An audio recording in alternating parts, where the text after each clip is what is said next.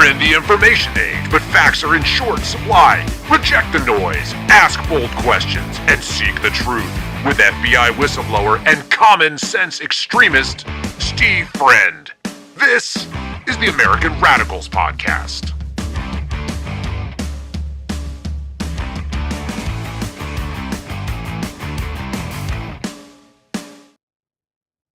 It is the American Radicals Podcast. It's Friday. Congratulations, August 21st, 2026. Now, it is the early part of Friday, so you can't even kick off early quite yet. Normally, we're coming to you around noontime Eastern, but we got the 0700 Eastern time start all of this week, the final day of my collaborative efforts with one Keith Malinak from At The Mic. But we're going to cover down on a bunch of stuff to close you out today. I know you might be a little bit sad. We're going to lose Keith after today, but we're trying to make the most of it because today I'm going to shock and awe him with a discussion about a 764 would-be terrorist who was just arrested, and the FBI was very proud to announce that they got this guy, but not really for terrorism. Also, the FBI went out and seized Eric Swalwell's cell phones. There are dirtbag FBI executives who are going scot-free. A Department of Homeland Security attorney is facing disbarment, and a DOJ attorney was hired despite having multiple arrests in his background. The president is refusing, or his presidential aide has refused to get a background check. And the Trump kids have gotten approval for a crypto bank. And the American military just funded Chinese dog robots. So a lot to get after. We're going to get after it all in a second. Let's go now, guys.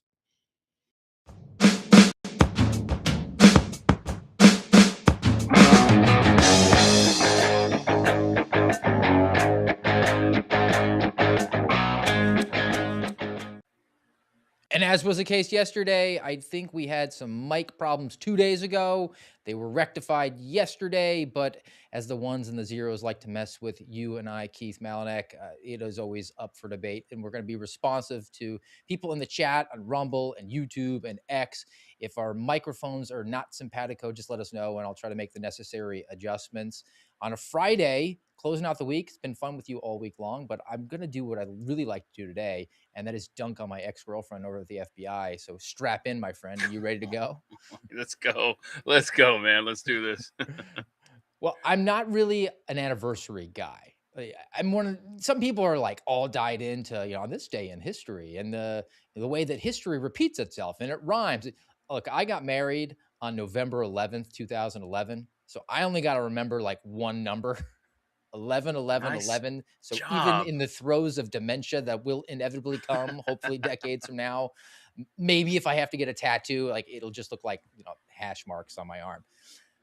But there were a couple of anniversary dates this week. One I let kind of slide. It was on Wednesday. That was the 4-year anniversary of making protected, healthy air quotes, whistleblower disclosures.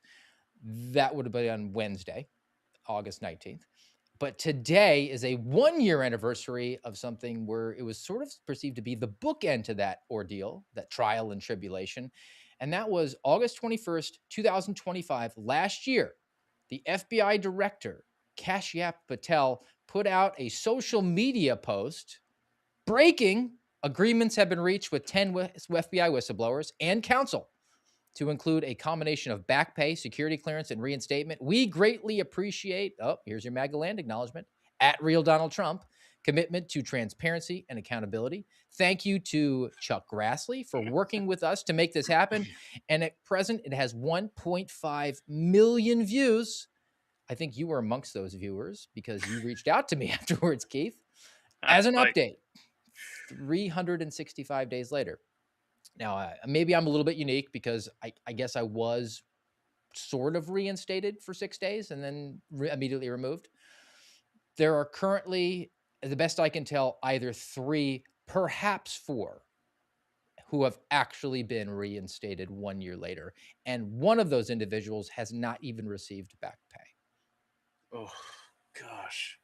And I think I don't want to divulge stuff that I shouldn't, but let's put it this way. I don't think it's any secret. you a year ago knew it was going to be like this. You know, you have no faith in this government, no matter who's in charge. So I think you predicted this quite clearly. Look, there was a little bit of naivete in there because at the time, for those who are unaware, the FBI director did this on his own initiative. There was not an agreement in place. There were conversations between my attorneys and the Department of Justice. Interestingly enough, I was not included in those conversations, which is kind of a problem, but that's the way that things work with the swamp. They just cut out the people who are actually involved. I mean, why would you expect government representatives to have the interests of the American people in mind when they're doing backroom deals? And then director Kash Patel goes out there and maybe he wants to put the pedal to the metal, make this thing happen. That's, I'm sure, what the MAGA land acknowledgers were thinking, like, oh, he's pushing the issue. But from my perspective, he kind of put the Department of Justice in a bind in that situation because they had to have 10. They had to put 10 out there to make Hmm. sure that they backfilled that promise because Kash Patel got put in the penalty box after that, told to go on vacation. He did. He went to Scotland for a week and allowed the DOJ to try to clean up the mess. One of the 10 people in that 10 was Marcus Allen, who had already reached an agreement a year prior. And the agreement that he had with the Department of Justice was to resign. So now we're down to 9. They got to get 9, but that's how desperate they were to get 10. They roped in somebody that wasn't even included in that. Now, the reinstatements, again, they've got maybe 3 of the people back at this point. This is just further indication that it is always the announcement that is the victory, or at least the opportunity to get off the X. Now, you put this into where we were in that particular time span. You're in August, so you're what, 6 weeks after the giant announcement that Epstein did all of the child trafficking by himself to himself. There's no case there. There's no client list. So there was a lot of pushback, and they needed to have some sort of a win. And I think that this fit the mold quite nicely for them. And at the time, I thought, like, oh, you guys, I could ask for the sun, the moon, and the stars because you have to have me out there. You have to rope me into the one of the 10 people. But again, naivete. I didn't realize quite yet at the time that the announcement itself was all they needed, and no actual follow through because I don't think anybody's really talking about that today. I had to do a pretty deep dive in order to pull that tweet out of nowhere. So disappointing. But why is it disappointing? You know, like why do we get our hopes up? And for you and your specific position, my goodness, I just bless you, man. I know your audience understands this, and I was gonna say in what you've been through, but honestly, even your closest followers, I don't think can ever fully grasp the hell that you and your family have been through and continue to go through. And so, just as an American, man, I just want to say it again, man. I appreciate what you've done for this country, and I'm sorry that you stuck your neck out for it. And boy, that really paid off, didn't it? Oh, Uh, absolutely. Look, I made up for it with pearls of wisdom because now I have come to have the scales fall fully away from my eyes and realize just how much of a PR scheme almost everything is in our everything federal would. government, and to try to bequeath that knowledge and awareness to the audience for the American Radicals podcast. In this case, the At the Mic audience as well. So I did that not because I like to self-aggrandize or draw attention to my own situation. I just think that that's a good way to launch off for. We have to have the understanding it is all about the sizzle and not the steak. As long as the presentation is there, the announcement is there, that in and of itself is the victory with so much of the stuff that we're going to talk about as it relates to federal law enforcement, in particular to my ex-girlfriend over at the FBI. And I want to talk about the more relevant news stories, the more current news story of the day. And that is how the FBI seized Eric Swalwell's devices. There were search warrants. This is from CBS News. Headline: FBI seizes Swalwell's devices, executes search warrants in sexual misconduct probe. My favorite use of the word probe because that's not an Yeah, industry term. That's what aliens do to the people that they abduct. But I guess they have to save the ink, Keith. Even though we're in a digital age, the investigation is more syllables, it's more letters, so we go with probe. but it's sexual misconduct probe. Like, I mean, how else are you going to use this thing, man? Let's go. What are we doing? This actually happened over the last weekend. There Okay. was a search warrant executed Saturday night. Man, they were pulling in that weekend night differential pay. when Eric Swalwell landed in the San Francisco International Airport. They met him as he came off the plane to grab his phone. The Mm, second one went to his house in Washington, D.C., and that was executed on Sunday. They got Sunday differential pay. That's even more. really? So two different locations means they likely had two different warrants because different territories. Swalwell faces these accusations from multiple women, including rape and unsolicited explicit messages and nude photos. And I guess parenthetically, it can't really be connected to the criminal investigation. The White House did the declassified documents about him and Fang Fang back from 2015, 11 years ago.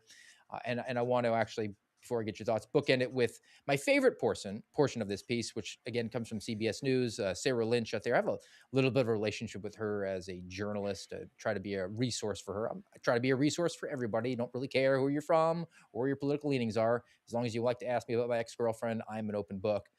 Her quote is, sources told CBS News that FBI Director Kash Patel had been pressing to release the files from the investigation into Swalwell.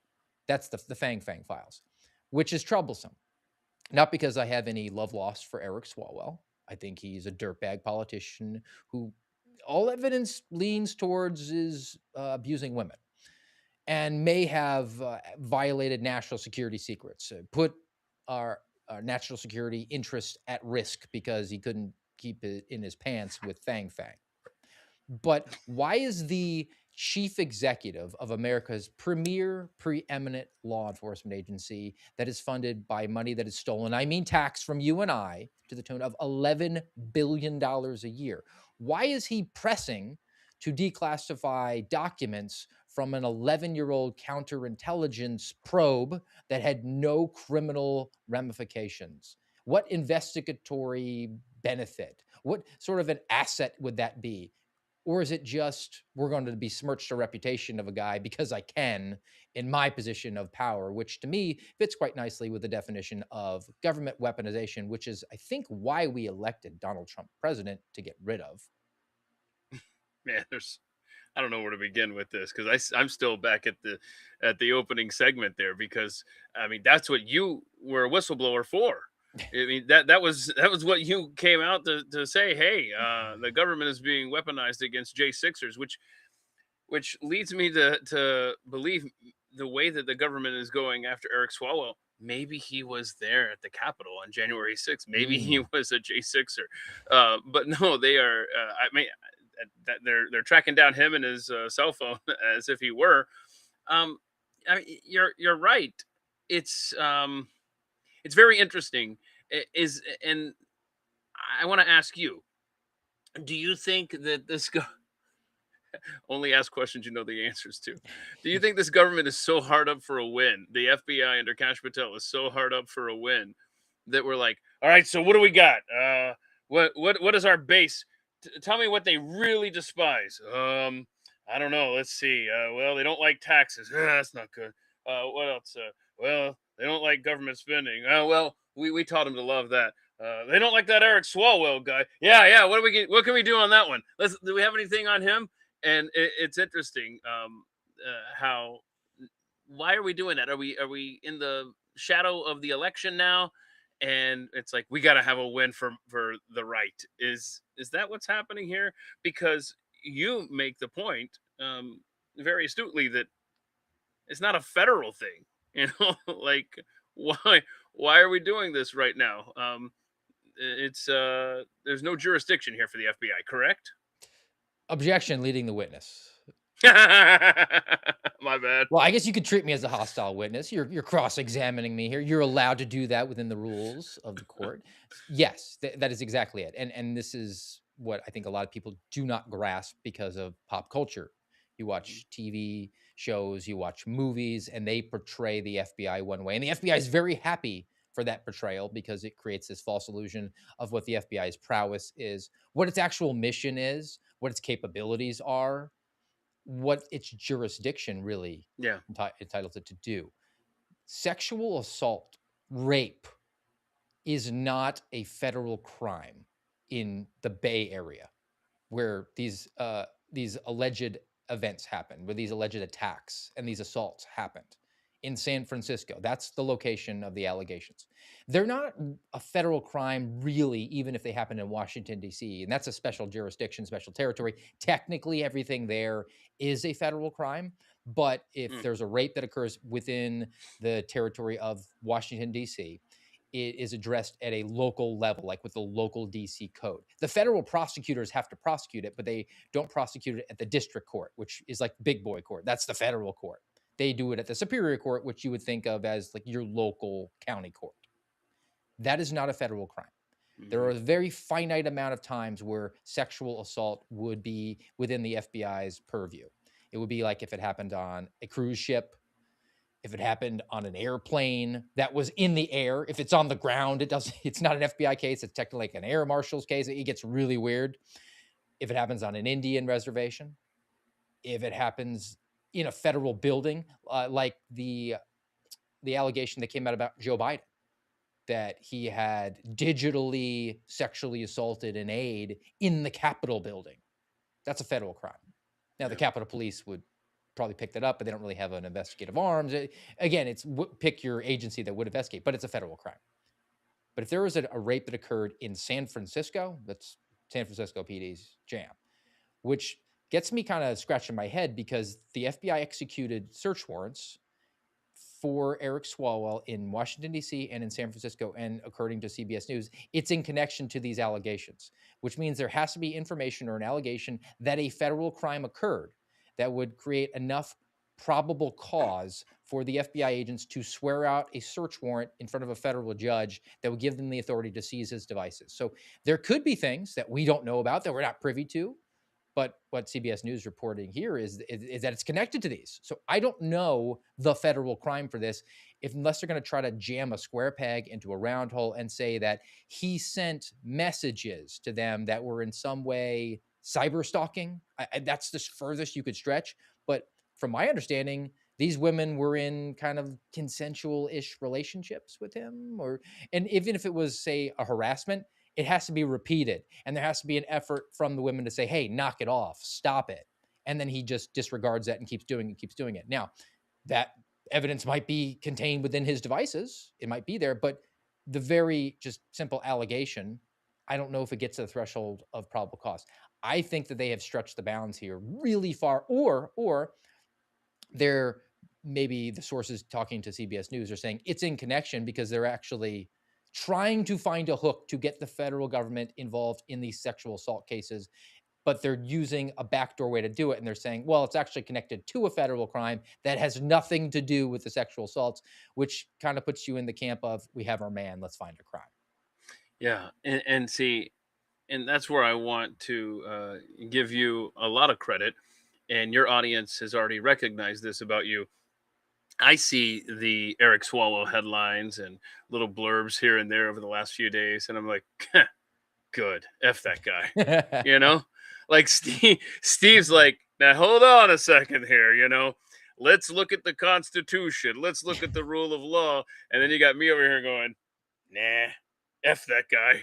And so and I appreciate, that's what I appreciate about you, man. You've got the integrity and you've got the concern that the rule of law is actually being followed.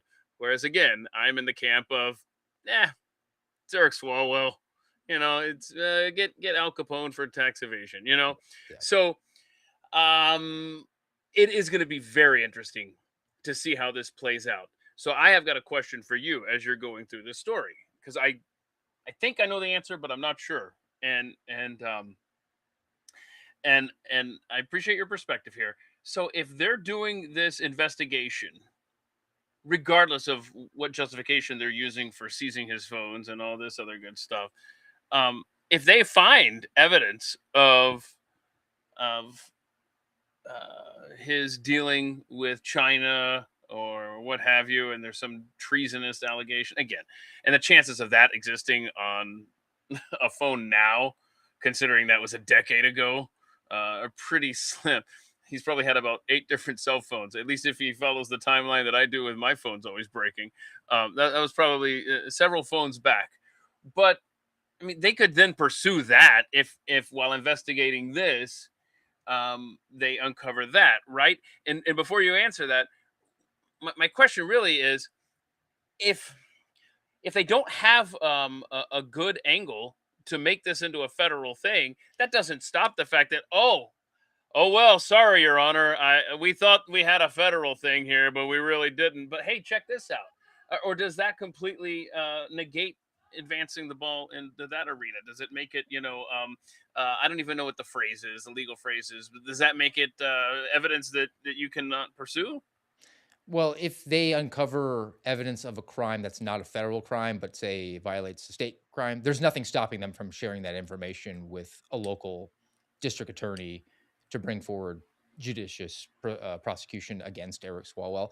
I think, though, the PR angle of it is, hey, let's throw some red meat out there. Nobody on our side likes Eric Swalwell. Let's really try really, really, really hard to have federal charges. There will actually be a fight between federal prosecutors who have really weak charges and state prosecutors who have extremely strong charges, because the federal prosecutors want to get that high profile headline grabbing sort of case, because the interest is in the headline, not necessarily the outcome, not necessarily in seeking justice. It's, in this case, using the search warrant is like the parable of the man who knows that there is gold buried in a field ahead of time, so he buys the entire field knowing that it's going to be there. I think that they believe that there is gold in that cell phone of something else entirely, which they may have come to learn through illegal means.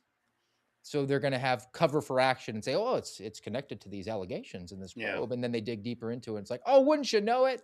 We have evidence of some completely unrelated crime," or at least they're hoping that that'll be there, so they can bring a strong federal case against something completely unrelated that they just happened to come across in the course of an investigation about sexual assault, which isn't a federal crime.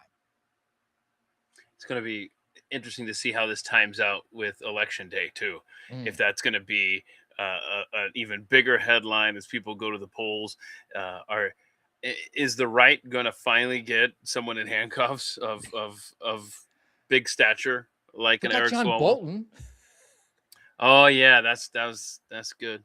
Yeah, Yep, that Trump that appointee motivated a John lot of Bolton. people. That motivated a lot of people to go and get their early ballot, huh? Look, Yes.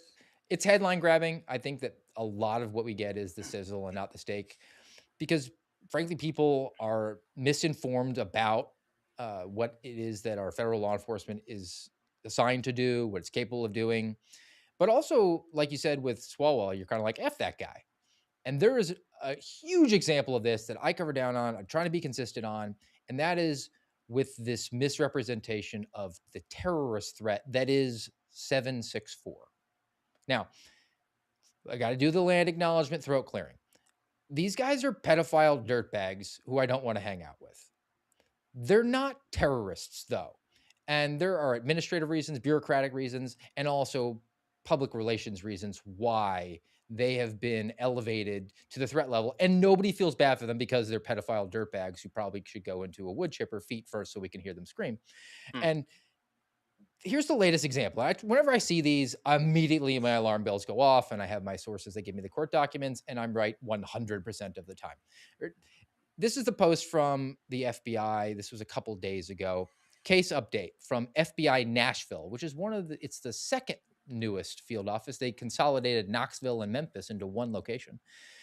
764 extremist group member sentenced, so tail end of everything, already been indicted, arrested, convicted. He's sentenced for production of child pornography and the distribution of animal crushing videos. Ugh. His name is Kyle William Spitz. He's a former online leader of the, take a note here, Keith, nihilistic violent extremist group 764. Those are the words you said. Look out for Mm, mm. that they try to attach to everything, right? Well, it's the devolution of national security is now into the nihilistic violent extremist and the anti-tech violent extremists. Those are the two most recent iterations. You have legitimate terrorists overseas, and we sent the military to fight them over there, so we didn't have to fight them over here, right? And then we didn't have a lot of terrorists here, so we had to pivot and evolve and say, well, it's going to be homegrown violent extremists. And those would be people who immigrated to the United States or first generation. And yet they had ideology that was sympathetic to foreign terrorist organizations. So let's say a Muslim American who was all down for the fight with Al Qaeda or Boko Haram. All right. Then we didn't really have a lot of them. So we started to just arrest retards and entrap them. And then that wasn't enough. So we had to pivot over to domestic violent extremists, which was not foreign ideology. It's actually domestic ideologies. And that would be people who believe in the Second Amendment, right? They were the militia violent extremists, the Pat Con sort of types. And we really didn't like people who pulled the lever for Donald Trump. So we invented a version of that called the anti-government, anti-authority violent extremist. And that's someone who has a perception of government overreach or negligence or illegitimacy. Well, this will get you in trouble too. Or so the perception of government overreach. But I think most people felt like the government overreaches just about all the time. Negligence. I mean, you guys opened up the border. Illegitimacy. Did you have questions about an election where we went to bed and one dude was ahead and then we woke up and the other guy was ahead and they boarded up the windows and got a bunch of mail drops, right? That made you a domestic terrorist. And that has not stopped, because as much as the agave has been kind of, born itself out, and a lot of people are sort of aware of how much it is out there, other iterations have now come out. You have the nihilistic violent extremists, which is the 764 guys, and I have a nice definition of them in a minute we'll get to. But the latest and greatest is the anti-tech violent extremist group, Keith. Those are people who oppose the construction of data centers. So 72% of the American people are anti-tech violent extremists who can be in the crosshairs of domestic terrorist investigation courtesy of the FBI. So this guy, though, his name is Kyle Spitz. So immediately my red flags went up. I want to find out what it is that he did that made him a vile, vicious terrorist, not a pedophile who should face justice in the form of a millstone or a wood chipper or life imprisonment and whatever that entails. I'm sure it won't be a very comfortable experience for him. But is this a terrorist, and why would you categorize it as a terrorist? What could be the actual justification for it, if there is a righteous one? Or more likely, what are the bureaucratic reasons for it, the administrative reasons for it, and the public relations reasons for it? So I got a copy of the charging document, Keith. All right, there you go. See? It is not very long. Just a couple of excerpts from it that I think are important. Number one that I always look for, and you should know, let me educate you on this one a little bit, Keith. The first thing you start out with in a criminal complaint is kind of casually referred to the "I love me some me" portion. And that's where the affiant, the special agent or the task force officer, the person who's swearing this out, says, "This is who I am, Judge. This is what I bring to the table, my training and my experience and my expertise." And some people go like all out for pages about all the classes they've taken, all the cool stuff they did. I mostly just said, I'm a special agent with the FBI and I'm charged with these responsibilities of investigating these crimes. Let's move on to the crime. But they do give you one particular thing about this guy, whose name is Jason Stewart. He's been with the FBI since 2017. Quote, "I have been employed as a special agent since May of 2017. I am currently assigned to the Joint Terrorism Task Force at the Knoxville field office of the FBI." Now, the FBI's Twitter post said that he was sentenced for child pornography, right? Distribution of animal crushing videos and production of child pornography. To your knowledge, does that end in the flying of giant airliners into buildings, or the detonation of IEDs, or S-vests while standing in line, terrorizing people so that you can get to your political ends or your religious inspirations? Is that terrorism-y? This is why people come to the American Radicals podcast, because this is the kind of analyzing of court documents, and this is a compliment. I'm serious. No, you're not going to get this this level of scrutiny anywhere else. That's amazing, man. Can you explain how that happens? How does the Joint Terrorism Task Force end up investigating animal crush video guy? Well, there is actually a federal crime for that. Okay. The The question ultimately comes The down terror. to, is it the juice worth the squeeze? You have 13,000 special agents. As much as nobody likes to see animal crushing videos, would we rather devote them to other things that are of more importance? Really, the FBI is supposed to be focused on public corruption cases, complex financial crimes. The standard practice, particularly in areas like big cities, if you have a financial crime and it's for less than $1 million, it's declined. They just say, "Hey, take it to the locals," or "Sorry, Mm. we can't devote the time and the resources because we have bigger fish to fry." So if you want to commit a financial crime, just do it for $990,000 in Chicago, and they'll refer to Cook County, who is too worried about the bodies that are dropping over every holiday weekend. So you get away with it. The bureaucratic reasons, the FBI has quotas for everything. All right, quotas Mm. for the number of trainings that you have done, quotas for the number of cases you have opened, the tools that you use, quotas for the number of people that they have to assign to a particular violation, and if they don't do it, they get in trouble. They fail an inspection. They might not get their bonus if they're a senior executive. So, what winds up happening is the edicts from on high in Washington, D.C. will say you have to Turk. It's TURK. It's an acronym for time utilization record keeping. It's just your hours. Think of like an attorney will bill their hours. You have to bill your hours towards certain violations. Now, I was told sometimes, "Hey, the whole office, we're running short right now. It's coming up on the end of the fiscal year, and we realize that we're short on Turk hours or billable hours towards a certain violation. So, is there any way that you can contrive what you're doing as something completely different?" Right? Let's just take this one. "Hey, we know that you're investigating righteous child pornography pedophile cases, which is what the people want you to do. Can you call it terrorism, though? Because Oh, that'd be come on. great if we could achieve both missions, because we're trying to serve two masters of doing what we're supposed to be doing, which great, good on you, and also check the boxes from an administrator, which is ridiculous that we have quotas for law enforcement. It's not a widget producing Right. manufacturing facility, right? So that happens. I have no problem with assigning people to investigate pedophiles. I have a problem with calling it terrorism so you can keep the funds flowing to your coffers for gear or for bonuses or to the agency in general, because you are calling these terrorism arrests and going to Congress and asking for appropriations and saying, "Look how many terrorists we've arrested." Why don't you just say, "Look how many pedophiles we've arrested"? Why? Oh, because Congress wants to talk about terrorism. That's sexier to them. So we have to appease our masters.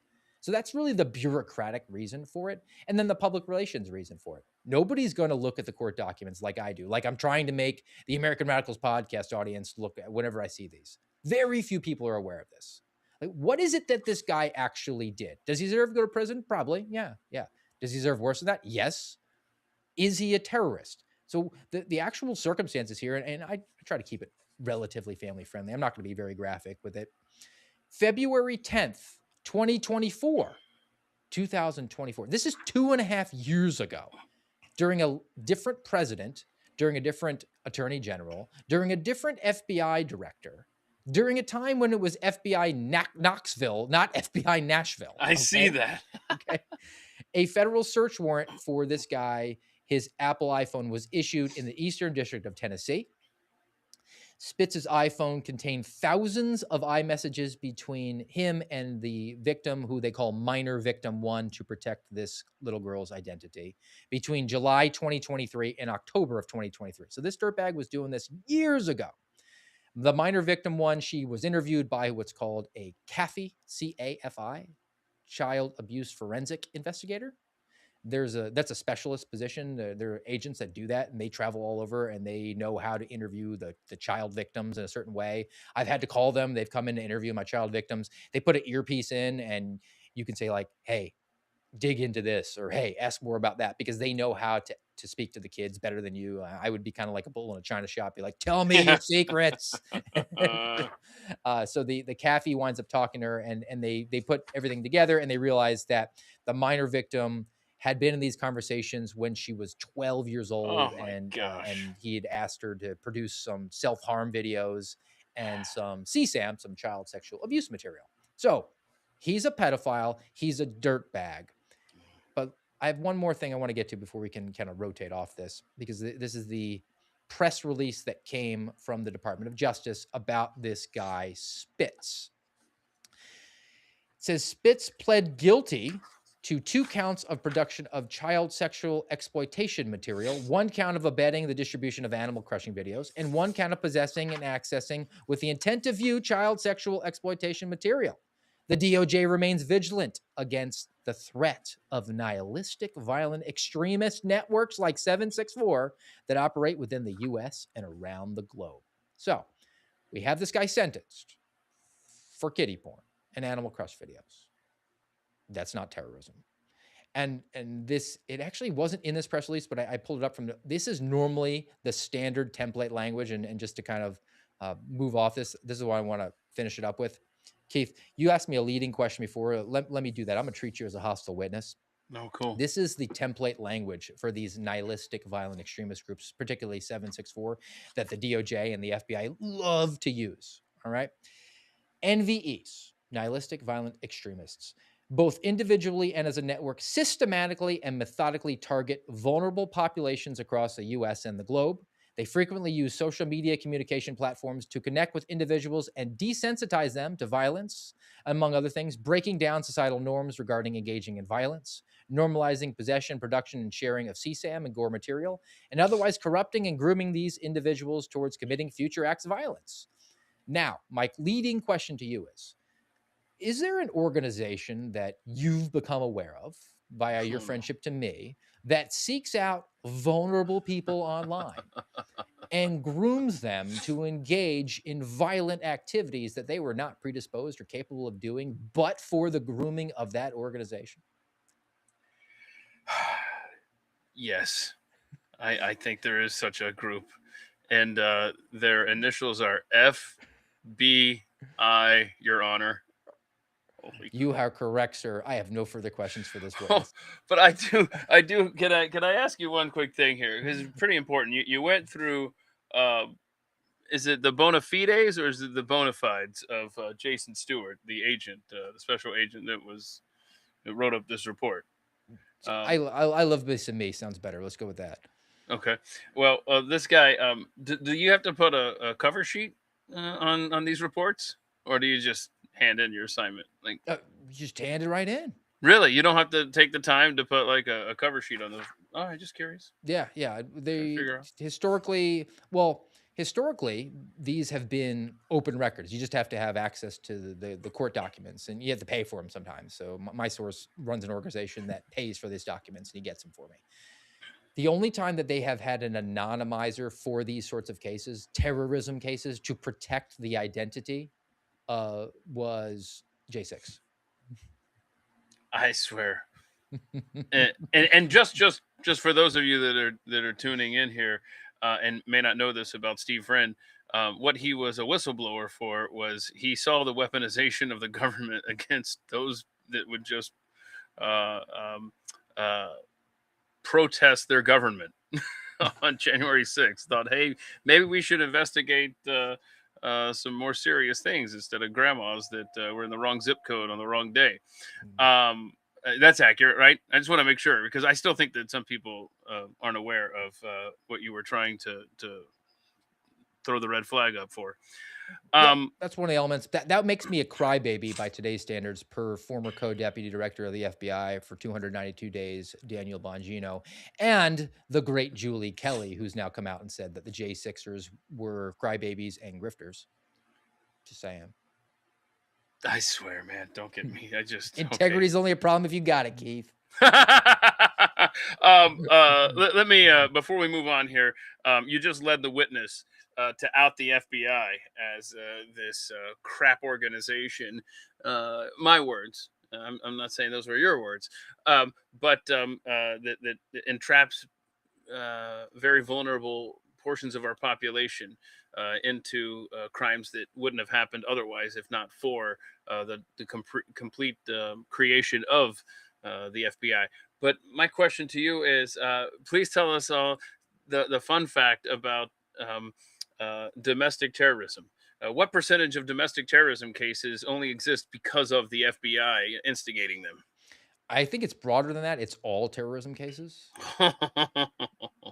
It's somewhere in the area of 90 to 94% of all FBI convictions and sentencings were of individuals who were not predisposed or capable of carrying out an actual terrorist act without the involvement, without the grooming of the FBI. Not saying that they're good people, not saying Mhm. that they had good ideas. I'm saying that you're allowed to have really bad ideas and despicable ideology in the alleged land of the free as long as you're not going to break my leg or pick my pocket. It makes no difference to me. And the government should not be the arbiter of right think and wrong think if we have an effective First Amendment. There you have it. All right, let's do this one really quick because I saw it and right away I was kind of like, "That's weird," but okay, good on you. Or this is the type of thing that federal law enforcement likes to take credit for when they really didn't do very much. And then the other element of it is I kind of understand this guy's rage, but not that I would carry it out. Not predisposed, not capable, but I kind of get where he came from on it. This is another press release from the Department of Justice. It's Massachusetts resident sentenced in attempt to assassinate cabinet member nominee at the U.S. Capitol. This was a guy who intended to assassinate Scott Bessent, the Secretary of the Treasury, before he was actually confirmed as a secretary. His name is Ryan Michael English. He was only sentenced to 6 years in prison, by the way, in an attempt to assassinate then cabinet member nominee Scott Bessent with Molotov cocktails fashioned from bottles of vodka. And he was also carrying a folding knife onto the grounds of the Capitol. On January 27th, so 2025, the first week of the Trump administration, this guy walked up to the U.S. Capitol Police near the south door of the Capitol building and said, quote, "I'd like to turn myself in," and then admitted to having the knife and Molotov cocktails. So crack investigation went on there from the Capitol Police. He was really big mad, probably because he thinks that Donald Trump is mean, orange, and literally Hitler. But we do have a track record now, and Scott Bessent is in place. I think he made some good moves. He at least elevated the IRS whistleblowers to places where they could actually implement some significant change at the IRS specifically, which is a sub arm of the Treasury. So I like that move, but I do share a little bit of rage when the good secretary says things like this, Keith. Oh no.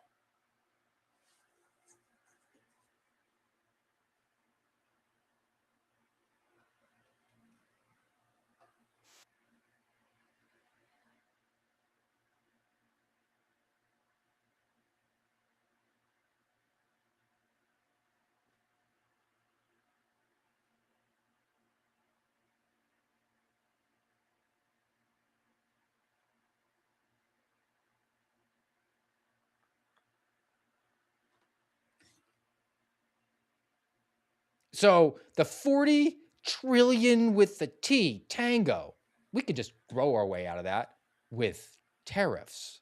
Time out. Time out. Me and the audience didn't get to hear Scott Bessent talking there. I thought it was just me, but Oh, I see the crew over here saying the same thing, and I checked my phone there. I can interesting. only imagine what justification, because I've often said, as you figured out the volume there, I've often said that Scott Bessent, man, you want him on your team because he can spin anything.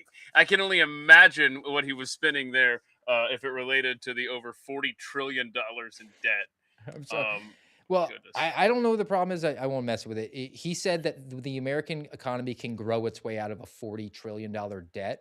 And Oh, really, come on, what bro. we owe it to is that the tariff refunds that were have to be paid. The whole thing where we arbitrarily, where we artificially increase the prices of goods coming from overseas, that those increased prices were passed on to the end user like you or me who bought something that was made in China. And then the refunds that the court required were not paid to you and me, the end user. They were given to the companies that just elevated the prices. That's why the 40 trillion number is that bad, and we can just grow our way out of that. So interesting Bro. perspective. And I can certainly understand a lot of rage to maybe look for a Molotov cocktail. And for my FBI minders who happen to be watching, that is said very tongue in cheek. All right. Right.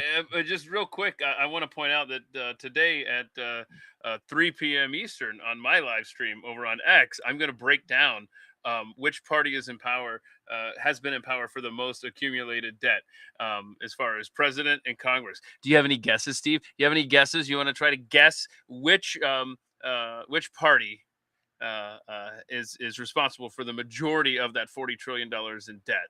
The Whigs. They're about to be the Whigs. That would be a Republican president and Republican Congress. It is devastating.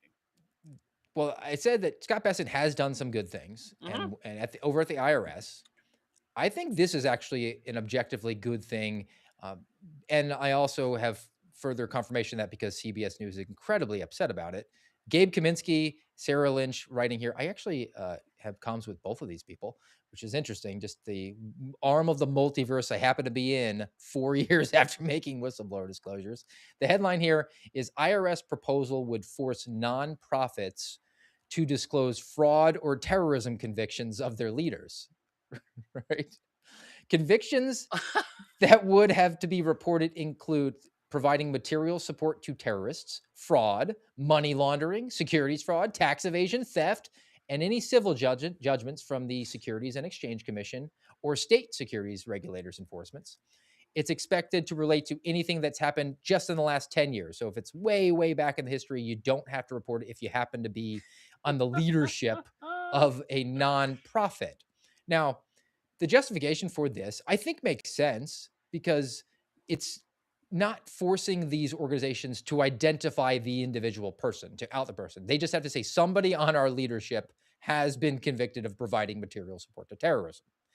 And it's reported on these forms that are called 990s that are publicly available. You can look them up. You can find out all about how these organizations are funded. They are required to make these publicly available. And the IRS is saying, like, hey, these are nonprofits. People are making charitable donations. They deserve to know if the people running your organization have a history of defrauding people or funding terrorism. I think that that makes sense. But there are insiders at the IRS who brought this to the attention of Sarah Lynch and Gabe Kaminsky, and they're expressing some concern. So, inside the IRS, some officials have privately raised concerns about the conviction related proposal and what the agency could lawfully do with the information, as well as question how it relates to enforcement of tax law. So, saying, like, hey, IRS, you're only supposed to talk about taxes. You should not be in the business of exposing people for sending money to terrorism or defrauding others. These officials who expressed concern have said that they view the effort as a form of potential targeting, political targeting, that could draw legal challenges, including free speech grounds. The disclosure efforts come amid a broader effort by the Trump administration to target left leaning nonprofits. So, a couple of things that I want to extrapolate from this. I think that's tantamount to an admission that there are a lot of left leaning nonprofits out there who have people who have been engaged in fraud and terrorism. Just saying. Yeah, I can think of one right now. And the That people, that that chick over at the Southern Poverty Law Center who was diddling that Nazi, right? yeah. Heather Byrich, she worked at the Southern Poverty Law Center and then was diddling one of the informants who then she laundered $1 million to into a joint banking account. So good, good I, on her. there you go. The other thing is these sources at the IRS who are expressing their concern about the American people finding out whether or not a nonprofit has people who are fraudsters still work for the IRS. They haven't been rooted out. They're the ones who are concerned that these money laundering operations, like at the Southern Poverty Law Center, won't be able to continue. They work within the IRS. We have not reformed these institutions despite Scott Bessent's best efforts. And I think that the IRS has made some significant advancements and some significant progress. It's so far from being back to even. It's still far, far into the negative. Yeah, that's my goodness. I don't know if there's anything else to say on this other than again, are you ever gonna see we're still waiting for these actual convictions, but maybe we'll get Eric Swalwell. F that guy. But no, I these three-letter agencies, man, they it's one thing after another with them. And I often wonder if you could get rid of one three-letter agency, which one would you choose? Steve doesn't get to play this game. No, Just your audience. I think I'm we know your biased. answer. I actually might subvert your expectations on this one, Keith. Oh, I would get rid of the Department of Homeland Security because its budget is $300 billion. And uh-huh. theoretically, I mean, it doesn't mean much, but theoretically, the FBI has guardrails that constrain it and confine it within the Constitution, beyond the Constitution, because they have the DIOG, the Domestic Investigations Operations Guide, the Attorney General Guidelines for Domestic Investigations. That's supposed to narrow it even more to make sure that they don't get anywhere close to being on the guardrails of the Constitution. And it's only as good as what the integrity of the people who are supposed to be adhering to it is. But Uh-huh. theoretically, it's set up to do that. Department of Homeland Security doesn't have those guardrails at all, and they're kind Okay. of a agency, or it's a department that is without a mission largely before this mandate for mass deportations. We'd have these DHS guys come in, these investigators from Homeland Security, and it was like, "Hey, man, what do you do?" And they're like, "I don't know. What do you do?" Because I want to do that. So I can't get you into a CIA answer on that, huh? Yeah, CIA, FBI are always like these kissing cousins that people talk about. I am honest enough to say I don't have the subject matter expertise on the Mm, CIA to say that it should go before the FBI, because the FBI has guns. So I would get rid of the FBI before the CIA. noted. Yeah. Yeah. Okay. And I would get rid of the FBI because of leadership and executive management, like this next dirtbag, and the lack of accountability for these people. So, Keith, I try to keep an eye on the Office of the Inspector General for the Department of Justice, even though they rejected my whistleblower disclosure. They acknowledged that what I said was accurate, and Tulsi Gabbard released information, what was that, a year or so ago, that said everything that I brought forward was 100% true. The Department of Justice, Office of the Inspector General, which is supposed to be the organization that polices the police, and yet is responsive to that agency. So they kind of don't do anything. All they wind up doing is say, "Hey, I'm from the government. I'm here to investigate the government," and say that the government didn't do anything wrong. And if they did, it's too late to do anything. That's why they effectively exist. So they come out with these summary reports about their investigations that they're theoretically doing. And I like to track them whenever they touch on my ex-girlfriend over the FBI. And they did just release one about an investigation into a special agent in charge, which would be the top dog for a field office. You have the rank structure, the chain of command that exists, and the special agent in charge would be the guy or gal who is the top special agent for a field office, unless it's in New York, Los Angeles, Washington, D.C., because they have an even topper top dog that's called the assistant director in charge. And Okay. you and I can laugh at that because, But this is the sack, right? You're yeah, talking yeah. about sacks. This Okay. is the chain of command that was the brainchild of some eighth grade boys, because you have in the FBI lots of ASACs who answer to SACs, who answer to ADICs. And if you head on over to the headquarters component, there's the unit chiefs. So, I mean, I there's a love whole smorgasbord of immaturity that exists. And this SAC, now every other agency calls them SACs, but the FBI insists that you call them the SAC. Uh-huh. Okay. Uh, Okay. so the Whatever, inspector, sack. yeah, this guy's a sack of something. We'll find out what it is. The Inspector General initiated an investigation after receiving information alleging that the then FBI special agent in charge retained a gift intended for the FBI, like Bill Clinton, and that the SAC pointed a weapon at a colleague.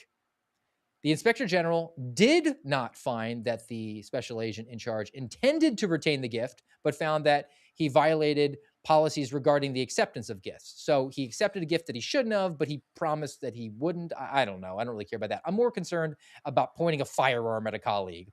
The Right. inspector general found that on one occasion, the SAC violated FBI policies regarding the use and handling of firearms, which is government ease for saying, yes, he pointed a gun at somebody.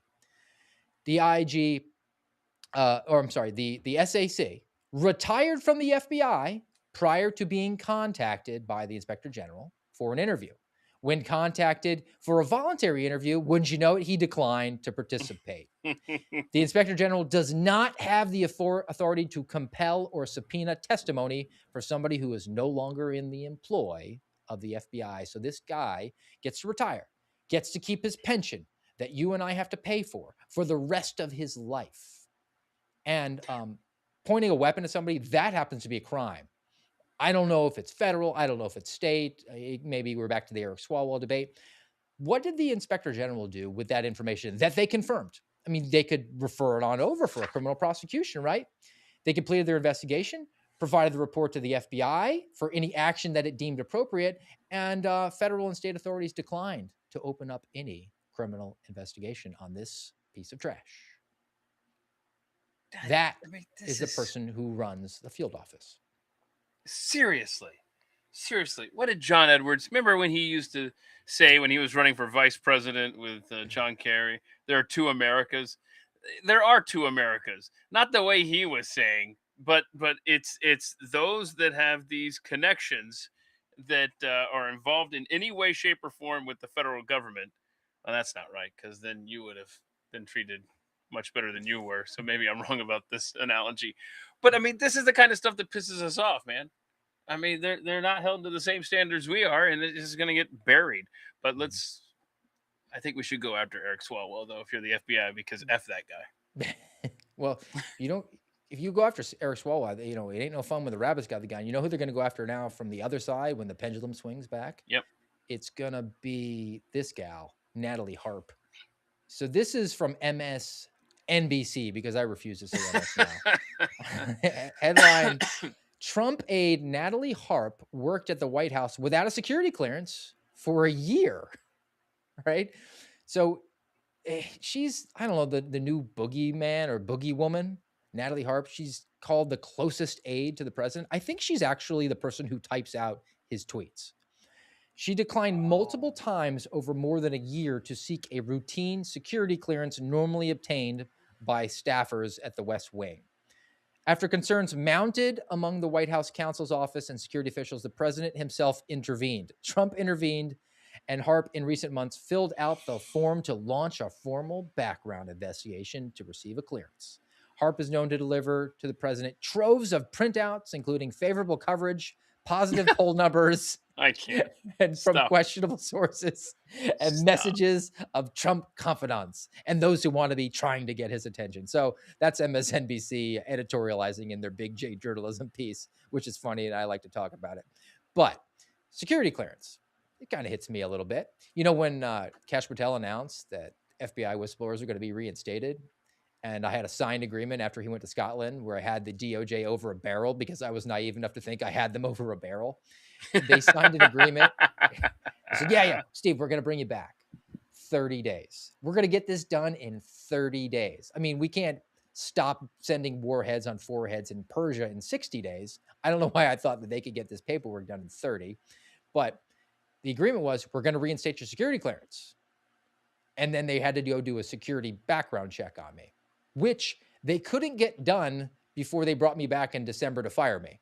So we're talking August to December, 3.5 months. They could not complete a security check on me and had to bring me into an FBI office to be reinstated, air quotes, give me a badge and credentials and no gun because I couldn't be trusted with a gun, whereas the other special agent in charge who pointed that gun at people, he was A-okay.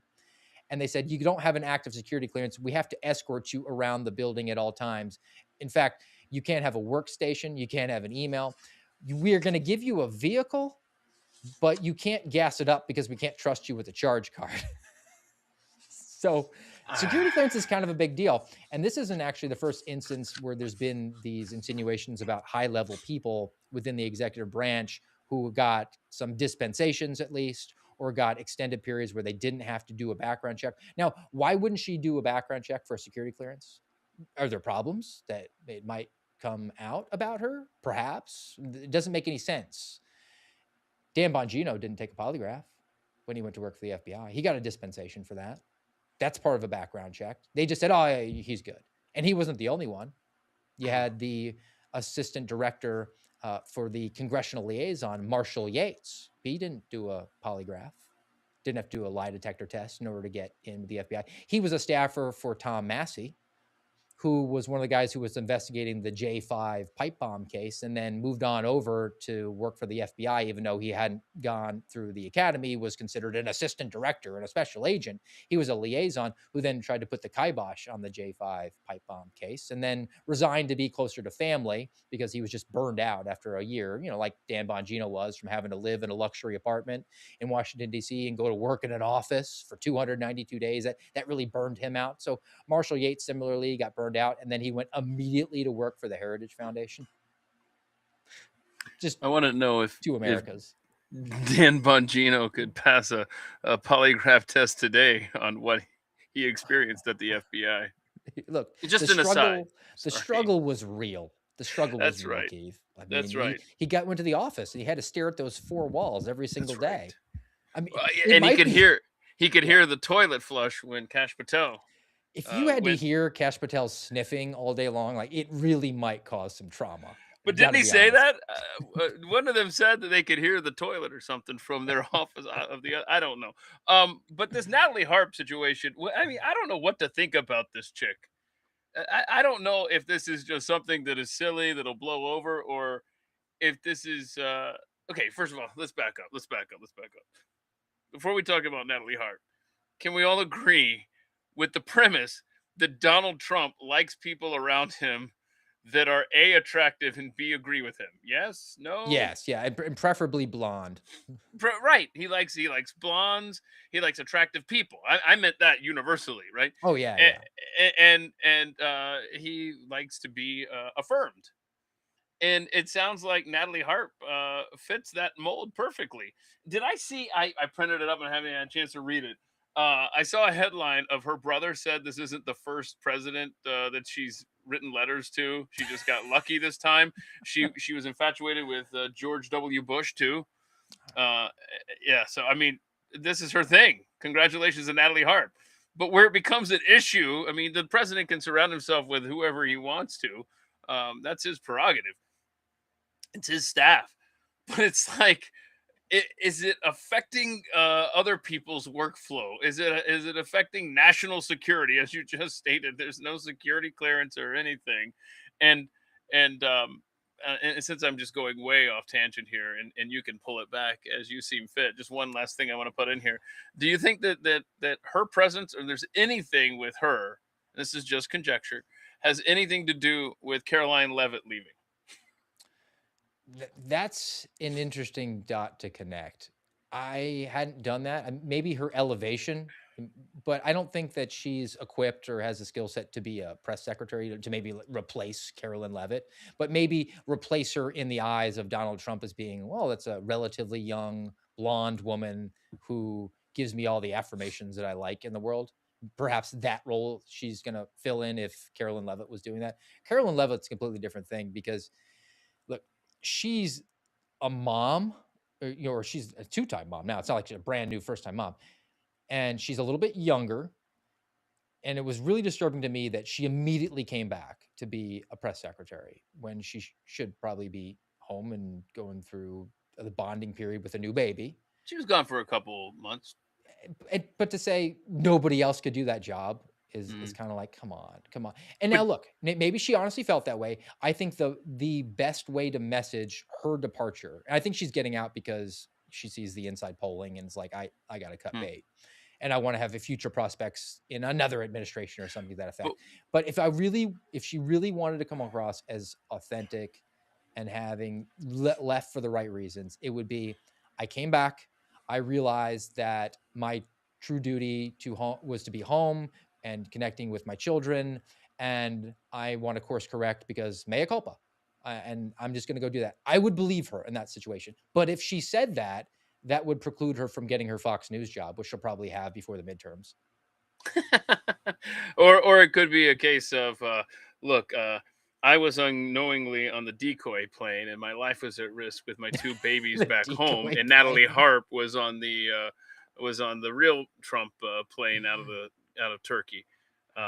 What a mess. Okay, I don't know. I just I hope that it's just I hope there's nothing more to it than Trump Trump has his staff, he has his people around, and people are jealous of her, and there's nothing beyond that. I hope. The sniping between staff for trying to get positions is kind of gross, particularly if you're sniping to be second banana, right? You're sniping to be the favorite, which you're not even trying for the A position, right? Which is kind of weird. I don't Right, get right. it. You should just be in Trump's family, and then you'll be taken care of for Oh sure. yeah, yeah. Which I do have some videos on, but I'm worried that the videos are gonna fail. Well, So let's just see, and let's I'll give give this a you the try. timeout. I'll give you the timeout if it's no audio. Yeah, so Trump's family, we got a couple clips from Jared Kushner, who we were told would not be part of the administration. I know. But let's see, he had a couple of remarks for Fox News. Let me know if you hear this one. Okay. No. No, all right. Mm. So this is these. I had two videos of Kushner talking about Hamas, and really my point is, this dude's still around, and he's a special Yeah. envoy. Oh, he's knee deep in this stuff over there. What is his expertise in this, Well, other he's than gonna being married to the Donald's favorite blonde woman, and that's his daughter. he's gonna get the Gaza Strip to turn into like the new paradise, the new Yeah, hotness. yeah. They'll, they'll have That'll be fun. beachfront property in the Okay, Gaza so Strip. honestly, do you think that I'll say a generation from now, do you think that people will be traveling from the United States to Gaza to go and enjoy a poolside massage? Mm. Maybe if our borders are remaining open, we'll have so many people flooding over here, and particularly with the foot washing stations going on in Texas, they might want to, go back and do their pilgrimage to Mecca. So those people would be comfortably going to Gaza. But like you and me, not likely, likely not. In our best judgment would say that like we should probably stay stateside and go see things like minor league baseball games or national parks, as long as the national parks don't have flock cameras. All right, all right. you're, So you're you're bringing it back home. The whole week is is being revisited here. I love it. It's uh, awesome. so, let's go to some of these problematic other dirtbags that are within federal government, not related or even via marriage to the president. But I have a couple of stories about some troublesome situations with attorneys within the federal government, which seems like everybody's an attorney who works for the federal government. It's weird. But this first one, this comes from The Hill. Headline: Top DHS lawyer faces bar complaint over worst of the worst list for judges. Now, I don't necessarily hate what this guy did. He just kind of did it on his government account. And also, I have a problem with the austere bar, the way they try to hold themselves up to account Hmm. when everybody tells a joke of like what's the difference between a dead snake and a dead lawyer, and that there's actual tread marks before the dead snake. All right. Um, this guy's name is James Percival. He's a general counsel for Department of Homeland Security and has in recent weeks taken to social media to criticize judges who have made unfavorable rulings on the Trump administration's immigration policies. So I have uh, some of his tweet threads, what they are. He tried to start this thing like this was my thing. Like this is a weekly thing that this guy James Percival is doing from a DHS account. You can see the gray check mark, a hashtag or a hashtag at DHS General Counsel. So it's not unique to him. He's taken it over as that position. This was from August 14th, a week ago. This week, in worst of the worst, district judges, the temporary protective status related misconduct is so severe that I cannot bring myself to discuss anything else, and etc. He'll go and try to name some names on that one. And this was from a month ago, July 23rd, again from James Percival. Every day, the brave men and women of ICE risk their lives to remove the worst of the worst from our country. Today, in honor of the Worst of the Worst series, I'm starting a new series, Worst of the Worst District Judges Edition. So that's his jam, right? He's trying to engagement farm, and he's only getting what 89,000 and 62,000. So hardly the huge amount of impressions. I mean, for you and I mean, that's like shocking level of Yeah, impressions. I'm like, whoa, Steve, what are you talking about? Somebody go check out my dog pics that I post and give me some numbers, man. Wow. Have you noticed though that and I don't want to blame Donald Trump. I just want to point out a fact is that he has taken the not even just social media, but just the role of government spokesperson and really given clearance to anybody with the gray government check. I mean, this has become the new norm as far as how we communicate between It's so government weird. official, right? Like I've tried to actually explain this to my kids. It's like there was a time, kids, where you wouldn't hear f bombs dropped in congressional hearings. There was a time, and you guys were alive, by the way. Okay, there was a time when the president of the United States didn't rant about fill in the blank, and now to a degree, and that's not a complaint necessarily. To a degree, it's refreshing, and it's what got the man elected into the hearts of so many Americans for 3 Novembers. But it's a little shocking to see, and shame on us, or at least for me. It's like, all right, that's just Trump being Trump.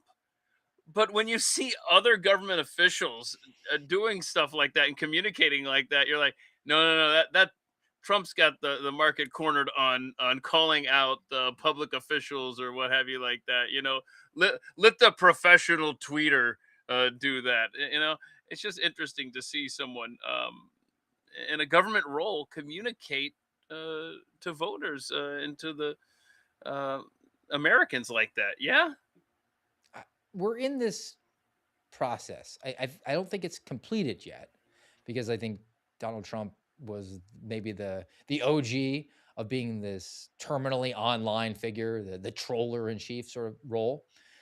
But it's back to what we talked about a few days ago with the doctors, about how the Adam Carolla joke about adults, when you're a kid, they look like they got it all together and your peers don't, and they're idiots. And then you grow up and realize that the kids you thought were idiots are adults now, and they have all the same things that the adults had. And then you're like, oh my gosh, those adults that I thought were geniuses were really kind of retards.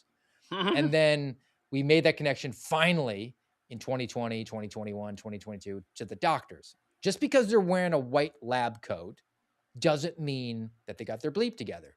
I had this experience with federal prosecutors. They're lawyers, Keith. They went to college and stuff. They certainly know what they're doing. I've gone into court and sat at the table with them and said, hey, why don't you ask this? And they're like, oh, yeah. Good idea. I'm like, I'm not a JD. How did that way find its way in there, right? Oh, so we're all just kind of faking it until we make it. And maybe this could be the last category, or maybe the next category will be rocket scientists or something to that effect. But for right now, this appears to be the veil falling down of, well, the people who work in government certainly know what they're doing. When all evidence to the contrary, we have $40 trillion of debt, Keith. Okay. And yet we still put this fake assumption of competence on people who work within government of they surely know what to do, even though they've only been in that job for a year because they just got appointed by the last guy who took the role over from the guy before him.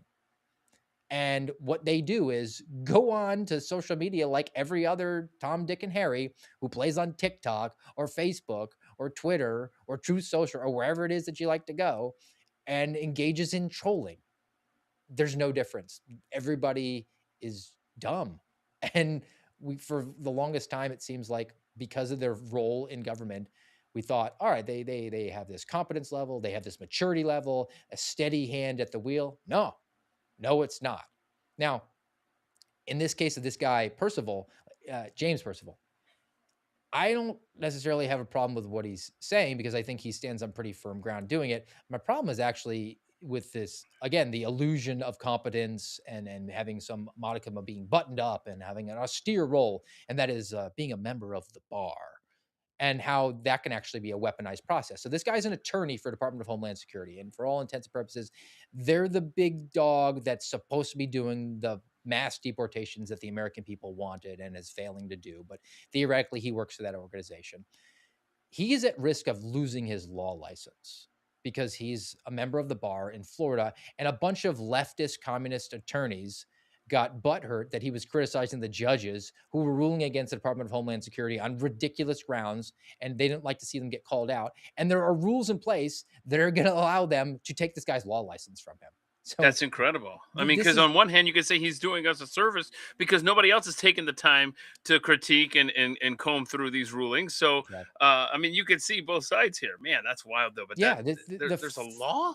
The Florida bar, it's not a law because it's kind of like this guild to be a member of the bar. Like you can go to law school and get the JD.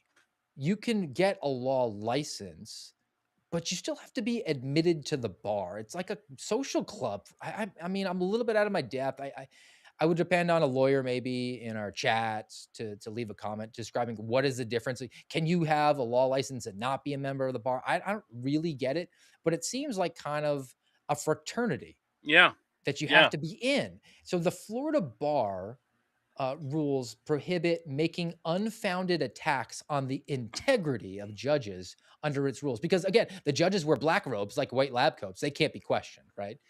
The Florida bar prohibits a member attorney from making statements he or she, quote, knows to be false. I mean, that's called lying, knows to be false. These lawyers.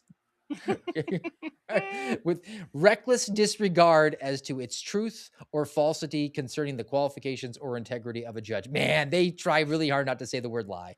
All right. Or That's perjury. awesome. So It, I it will just- say, it doesn't say in court. These right. rules apply outside of the court. You can't say that judge is a jerk. Oh my goodness. Yeah. See, there's a difference between professionalism and tyranny, which is what that is right there.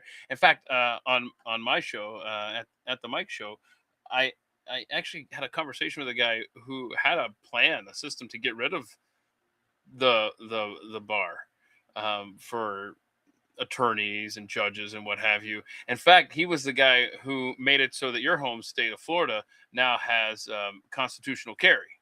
Mm. And so, anyway, a really smart guy.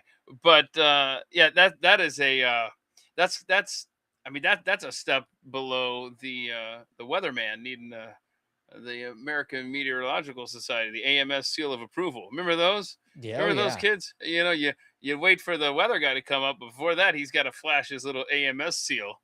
And then now I can trust this weather forecast. It's going to be just as wrong as the others. Okay, thanks. The one example that they lean on in that Hill piece, and that this organization or this group of judges and lawyers wrote this letter to the bar and is asking for it. This is the one big one that they got elevated. They said apparently James Percival accused this judge of judicial sabotage after he issued a temporary administrative stay following the Supreme Court ruling largely killing temporary protective status program. So a lower tier judge said, I know that TPS is not effective anymore. Like temporary means temporary, and all the Haitians got to go. But in this case, I'm going to issue a stay, so the temporary person gets to stay. And this guy from Department of Homeland Security said that's judicial sabotage. That's objectively a fair thing to say. Like that's a fair criticism. You might agree or disagree, but I don't think that Uh-huh. stretches the bounds of being what would they say? It's a reckless disregard for truth.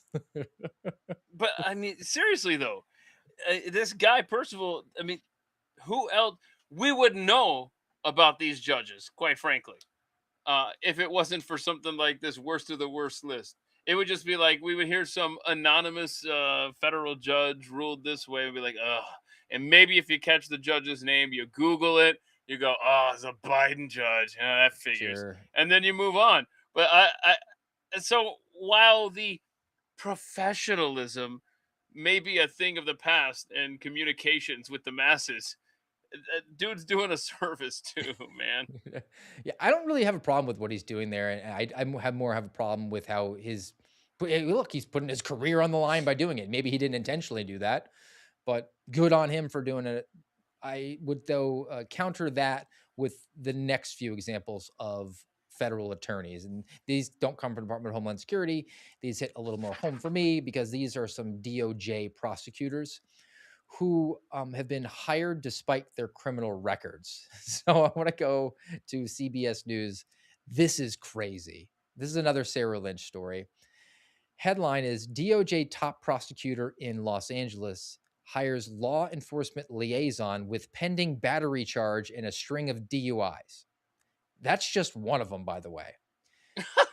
Okay, this individual who is highlighted here, his No name other is candidates? Sean Lewis, works for the U.S. Attorney's Office for the Central District of California as a community resource specialist.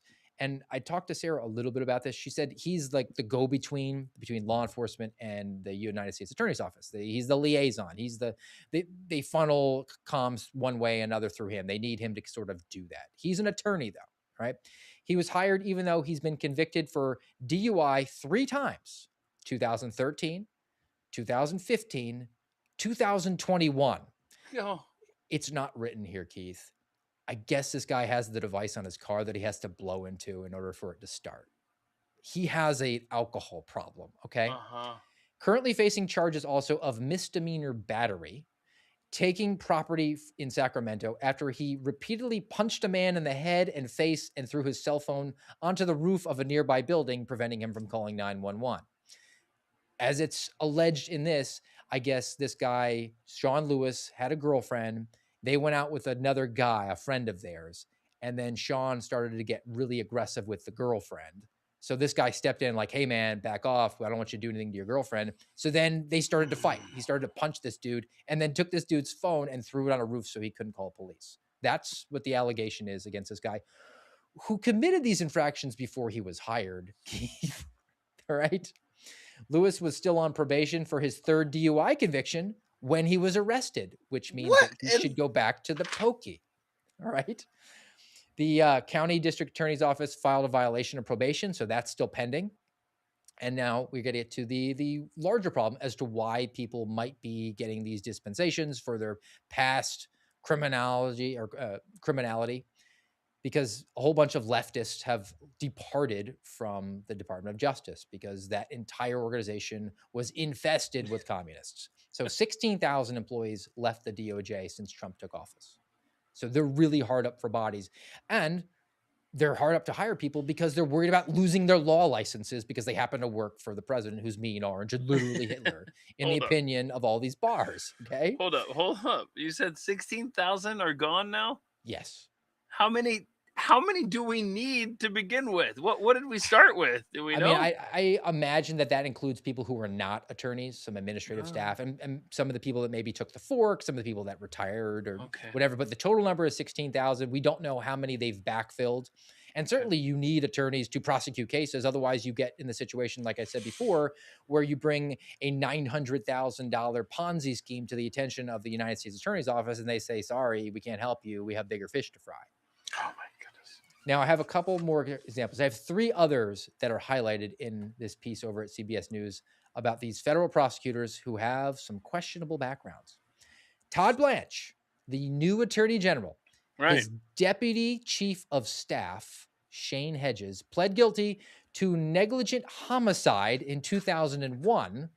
It was a drunk driving incident that killed a state representative and it was actually the majority leader in Montana. He killed this guy. He ran him over. He went to 6 months in a halfway house and got community service. What? He killed a man, and he's the deputy chief of staff for the attorney general. Keith, there's no words, man. Keith, I'm unemployed by the same DOJ. Okay. All right.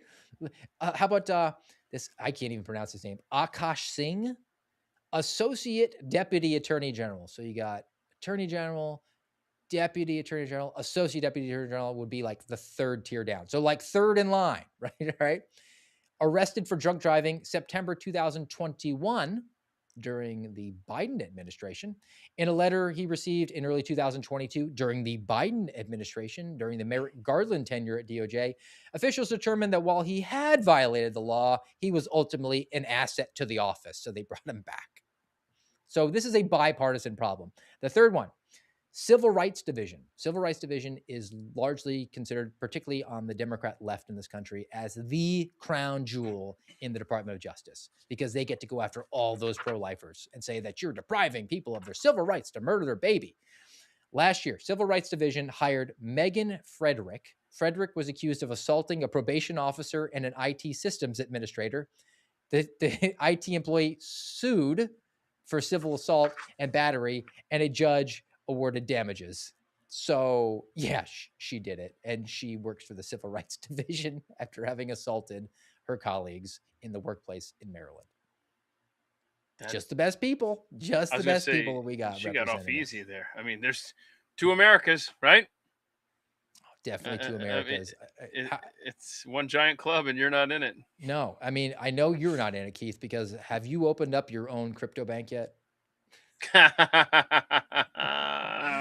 All right. From the Wall Street Journal, headline is that Trump's family, World Liberty Financial, gets preliminary approval to launch a bank. I talked about this a while back, but it gets into a little bit of crypto, and I'm definitely out of my depth entirely on it.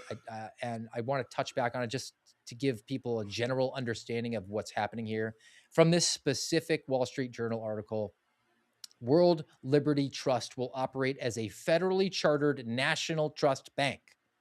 The charter will allow World Liberty to issue, redeem, safeguard dollars, dollar-backed stablecoin. It's called USD1. It's a stable coin, which I'll talk about in a second, that World Liberty launched last year. So they launched their own stable coin, and they can now do it. They're currently, the market value for this crypto bank is $4 billion, Keith. $4 billion. And I have a nice picture that they threw out here. I don't think it's related, but come on. It's Eric and Don Jr. like partying it up. I think that's probably the way they feel about having had the authority to now issue their own stable coins, which will result in a huge amount of money flowing into the coffers of the Trump family. Because a stable coin, do you know anything about this, by the way? About this bank that they're setting up, or just crypto in general? Yeah, about stable coins and crypto in general. Just enough to know that I'm having to hodl my Bitcoin right now. And boy, it's been having a good 48 hours, y'all. Have you noticed that? I mean, in fact, I opened it up while you were talking, and it's just, well, now it's going down. So stop talking. Because you're talking about it. Yeah. Stop talking about it, man. Say how great it is. Well, okay. A couple of days ago, it was like 62,000, 64,000. Today, it actually got up, 3 hours ago, it got up to 78,000. Right now, we're at 76,700. But if someone's watching this later at noon Eastern, we might, you know what? Maybe we'll be at 100,000 by noon. Who knows at this point? When did you buy in, Keith? When did you acquire your Bitcoins? And do you own an entire Bitcoin or just a part of one? I'm not answering these questions. I will say that my retirement depends on Bitcoin doing well. I have a friend. I have actually a bunch of friends who are into crypto, and the one I'm thinking about right now, he's into it for ideological reasons. Okay. Fiat currency, and he'll talk your ear off about it. And he has been investing. He's been acquiring Bitcoins since it was 2 digits of value. Boy, that's a good guy to know right there. And he's just every month, that's part of his thing. He just buys a little bit more of a Bitcoin. I don't know how many millions that he has right now, but I'm like, bro, you have student loans. What's going on? But he said he is opposed to ever getting rid of the Bitcoins. He thinks that is going to be the currency in the future. He said, I'm never getting rid of them. The value that they have, it's meaningless to me. It's like the 401k that you have that you can't buy any groceries with because it's all theoretical cash at this point. But that's where he is. But this bank, so people know, it issues stable coins, which are fake. It's monopoly money. But effectively what happens is if you're Keith and you want to buy a Bitcoin and then you want to sell your Bitcoin and buy a different coin, moving from one to another, the stable coin is the way that you can do that because it theoretically holds its value. It's not going up and down. It's not worth 78,000, then 100,000, and then 16 cents. The stable coin is supposed to be the solid foundation that then you can move in and out of all the different cryptos if you want to do the trading. So this World Liberty Financial is going to issue them. Now, the way that these banks make money is a little bit different than a normal bank. Now, if you go to your regular bank and you give them your dollars, right, they will take your money. They pay you this thing called interest. Like, hey, thank you very much. Here's your interest. Your what, 0.2% interest. Basically useless to you, but it means that your money is safe in the hands of this bank. Well, how does the bank make the money? Well, they take that money and they issue it back out to other people who pay them back interest that's more than the interest that they're paying you. That's the way that a bank works.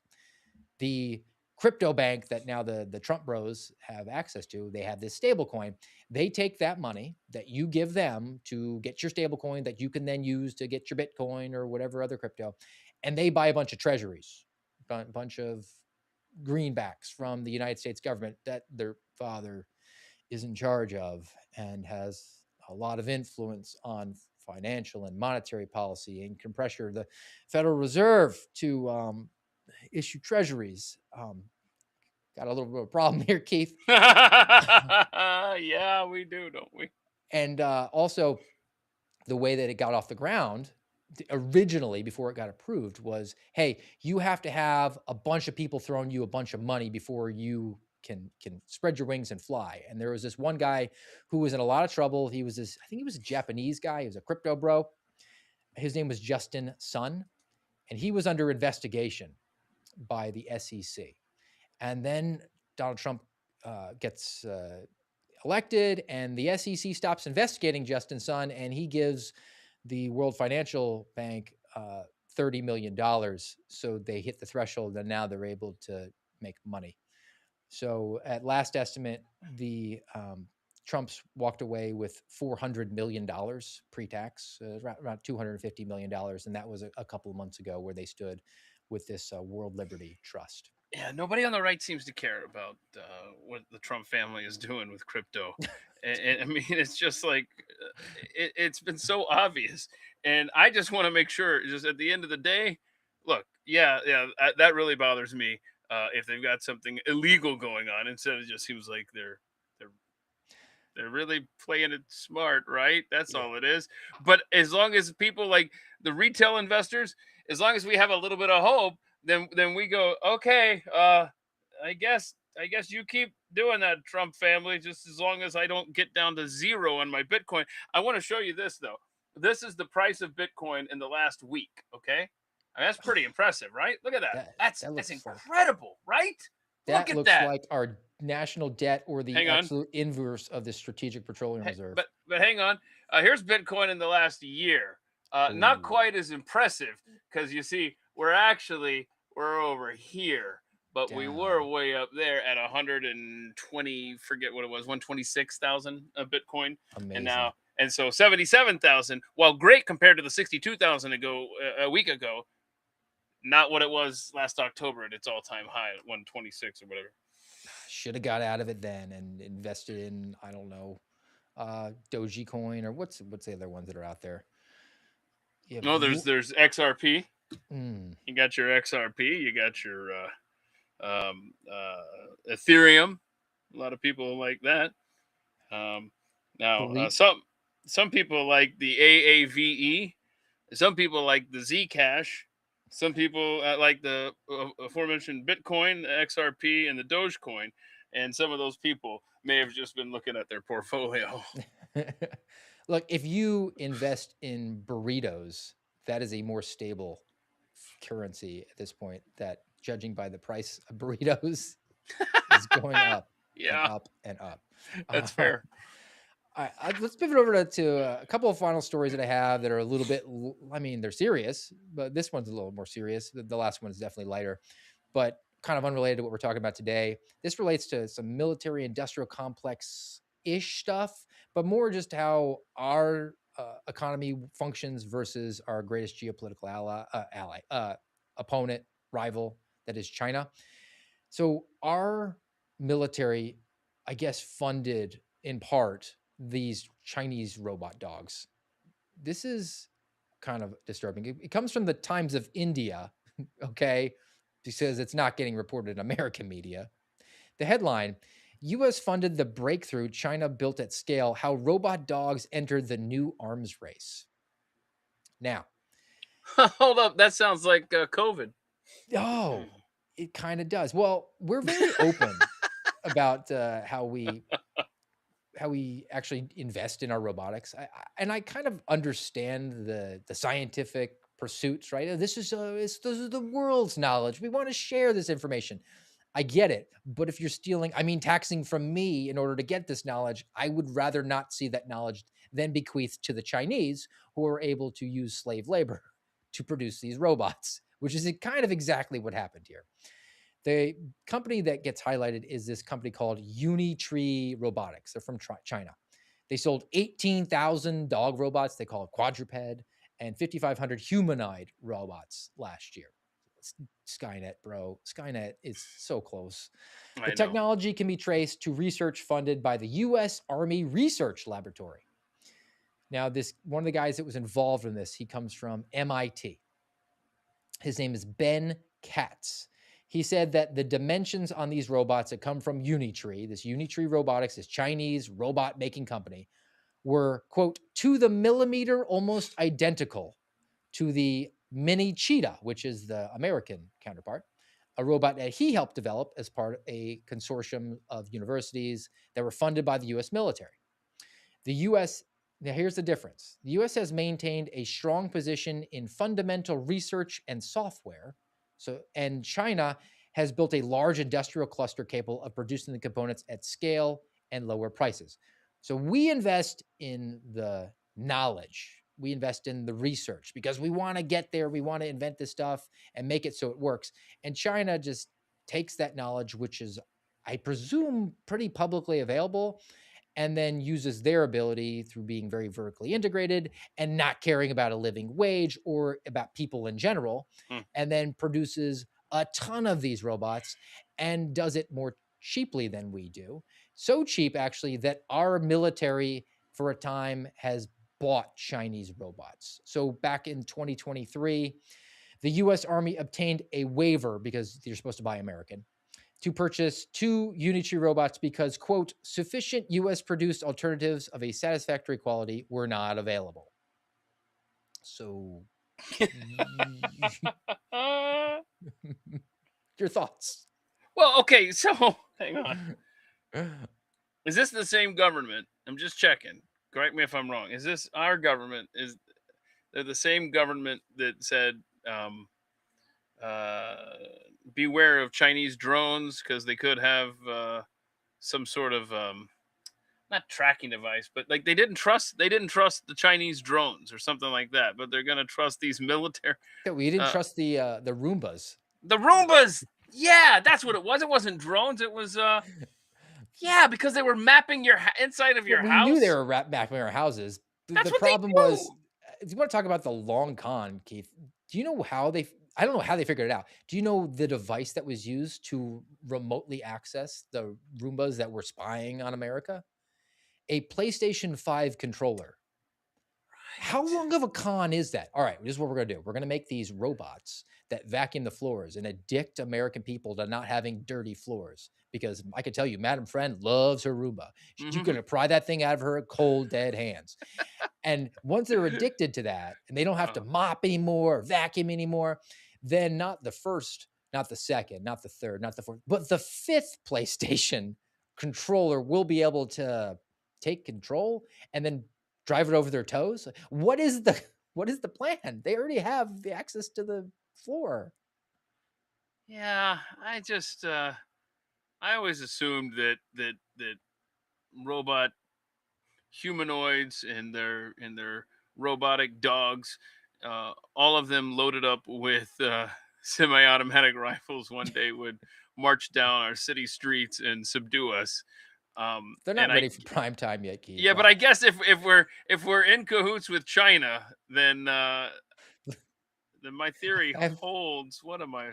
What? Oh no! What? Hello? Oh no! Oh no!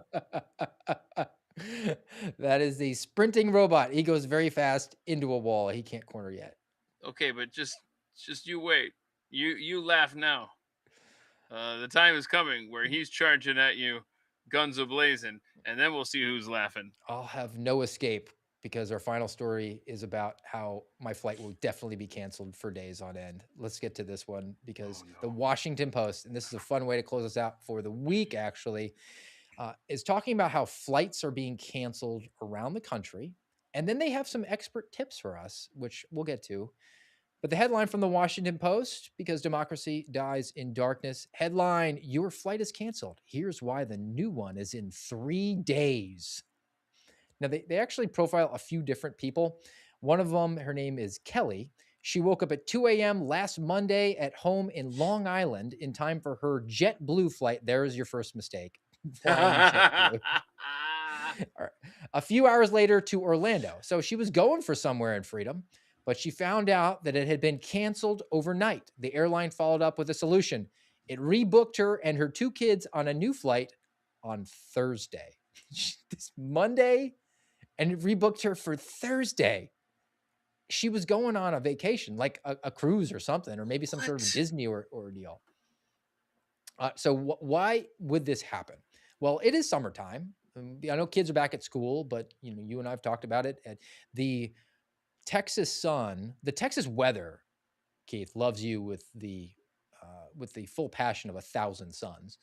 On top of the typical summertime thunderstorms that wreak havoc on airline schedules, there has been a reduction of available seats since April amid the impact of rising fuel prices because gasoline is going out of control since are definitely not a war, a kinetic operation. How dare you call me a stewardess? I'm a flight progress coordinator who works for JetBlue. That makes it even tougher to find space for extra passengers when a flight is canceled. So it's a sort of a compounding problem. So you have the thunderstorm that cancels the flight, and the next flights are kind of full. And then if there happens to be seats available, the canceled flights, people are fighting for those other seats. And there's less flights actually going on because they can't afford the petrol to get those planes into the sky. So that's really where we're at right now. And as a result, people's plans are being destroyed, and that's not good. But you would think in a country that's sophisticated enough to build humanoid robots that can sprint but not corner that well, that we can maybe noodle out a way to get you on a flight later that day. But why would it necessitate 3 days in the middle of the summer? Yeah, that is unacceptable. And I thought when you were reading that story, I thought you were going to say AI was rebooking them because I saw a thing where people were showing up, and AI was calculating the odds or whatever. I don't know, and they rebooked them. They took them off that flight, and the people showed up in time with ticket in hand, and the people running the gate were like, "I don't know. Skynet said you're not allowed on this flight, so I have to do what Skynet says." Yeah. And so that's a completely different story. But that is unacceptable. Does Sky Blue understand how vacations work? Do they know how schedules like it's not hey, we just thought we would take a joyride on JetBlue and we have to come back in 3 days for our just quick little circle around town. I mean, that is insane. The way airlines treat passengers is Yes. absolutely unforgivable. I did recently learn though that if your flight is canceled or this may be just the particular airline who I don't want to talk about right now. But like if you're delayed by 3 hours, they should give you a full and maybe that's a federal thing. Then you're entitled to a full refund or something like that. I don't know. I Look into think that. that is some sort of a federal law. I Look believe that into was that. pushed out. It's a very weird industry in general. Huge subsidies from the federal government, and the federal government being involved in anything is always a bad thing. But it's always struck me as odd that any industry would do the opposite of what you would think to get people to come back. It's the only industry that I can think of that rewards the rare user and punishes the regular user. So the guy who's flying around like 3 times a week for business, he winds up paying more because he's got to book these flights last minute. And Yeah. the family that books a flight 6 months out for their vacation pays a discount because I get it because they want to have that money in their hand. But it is kind of weird that they punish the frequent user. Yeah, that's They a good hurt that point. guy. No rewarding that loyal behavior and Yeah. that repeat customer. Um, yeah, that is a problem. I will say though that if you need any tips and tricks for getting the lowest price, you'll want to use a VPN, and you'll want to check for the price on a Tuesday afternoon, a Wednesday afternoon, or I believe it's maybe a Friday morning. Oh, like right now. Um, those are the lowest. I mean, these airlines are in such cahoots with each other, and now the prices will never come back down for so many reasons. One of which is thanks to Elizabeth Warren uh, killing Spirit Airlines, and therefore we don't have to lower the prices for competition. Well, she just didn't want Marco Rubio to have another job. Oh, okay, that's what it was. Can I just tuck this in here? You mentioned the price of fuel, which of course is impacting everything. Um, and I showed you the Bitcoin chart earlier. That could have just as easily. Here we go. This right here. Hold on. So this Bitcoin chart that I showed you, what it's been doing the last 48 hours, that could have easily just been the price of oil since February 28th. But I digress, and I can't go back to that chart for you because it's a free app, and I had an advertisement come up there. Oh, here we go. Here we go. Now it's not even worth the point, Keith. So Short-term you can stop. pain, There it is. long-term There it is. gain. Right. And then I heard the president 2 days ago on the White House lawn tell reporters when they said, "Hey, do you expect the Strait of Hormuz to be open fully anytime soon?" He says, like, "I don't know. We'll see." Yes. Okay, that's not good. But this is what I want to ask you, because a lot of people say that the gas price is being manipulated, that it's not strictly based on what is or what may not be happening in the Strait of Hormuz right now, because nobody seems to know who really runs the show there. I don't know if like this inlet is controlled by Iran and the rest of it's the U.S. Navy. I have no idea. But what I do want to just throw out there, here in Dallas, Texas, yesterday, I drove the same road, and I was just mapping it out for this conversation right here. It's exactly 12 miles from this gas station to this gas station, and the socio-demographic whatever the hell of this area is very similar. So it's not like you're starting over here, or you're starting in the ghetto or whatever, or in Bargain Town and ending up in Ritzyville. Okay, this is a very similar suburb stretch here. Why was the price $3.15? Yes, I realize Texas is getting off easy compared to the rest of the nation, but just don't pay attention to the amount that we're paying per gallon. Just pay attention to my point of the disparity in the price. $3.15 over here, and then exactly 12 miles to the east, it's $3.74 for unleaded. That is a hell of a 59-cent disparity. Check my math. What in the hell? What is that? At the same point in time, 12 miles apart, we have that big of a differential. That ain't Hormuz. That ain't 100% Hormuz causing that. And Maybe I don't like maybe it. the business interests of one place prompted them to invest in early access to Trump's Truth Social posts, so they knew more insider information. They're paying that $100,000 a month to get early access. That's another story. That's another story. But Who I want to at stay the White House? Yeah, but I you gave some pretty good expert tips on getting good rates on your flights there. Use that VPN on those odd times. The Washington Post though did give us a couple of like really like in the know. Like you had to be a travel expert. I would not expect anybody in the AMRAD pod or at the mic audiences to know or even contemplated these possibilities. So let me just share them with you. Okay. Okay. First one, use a travel agent. Wait, Is that it's still not a even, job, by the I was way? gonna say no. This you're reading an article from 1988. Okay. Yeah, you got to go to AAA and they give you a map and you draw it out. I used to do that all the time. Give me my free map, bro. Work with a customer service agent. I'm sure the JetBlue customer service agents are just delightful to deal with when there's a Right. 3-day delay. That'll get you a lower cell phone bill, by the way. Explore options on the airline app. Look for other flights. Fly close, fly close to where you want to go, Uh-huh. but not there, and then just pay to rent a car. Wow. And, Wow. and These are that how did they come up with these? I mean, you can do that. There's cars that you can pay to temporarily use. You Washington know that Post.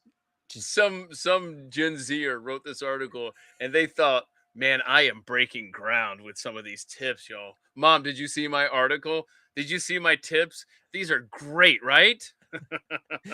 keep checking because seat availability shifts as other people rebook their flights. So there might not be anything open now, but in a few minutes from now, as the people are rearranging and panicking to try to get out of Dodge, there could become flights available. Some credit cards offer travel insurance that gives you like food and hotels in the case that your flight gets canceled or delayed or something like that. So just be aware of that. Yeah, you pay for those annually. I'll Mhm. point out. Ask to get on standby. Book a flight and ask to get on standby. Mhm.